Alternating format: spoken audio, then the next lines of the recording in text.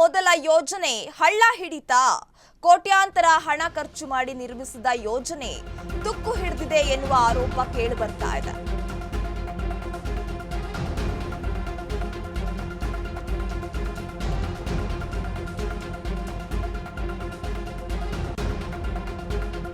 Brand ಬೆಂಗಳೂರಿನ ಮೊದಲ ಯೋಜನೆ ಹಳ್ಳ ಹಿಡಿತ ಎನ್ನುವ ಪ್ರಶ್ನೆ ಇದೀಗ ಮೂಡ್ತಾ ಇದೆ.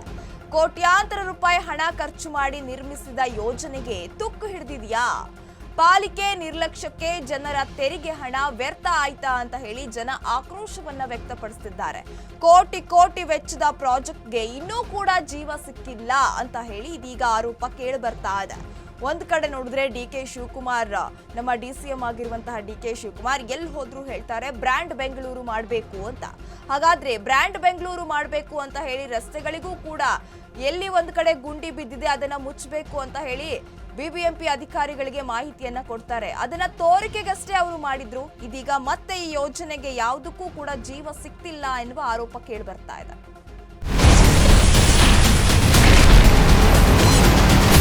Ashwavega English News.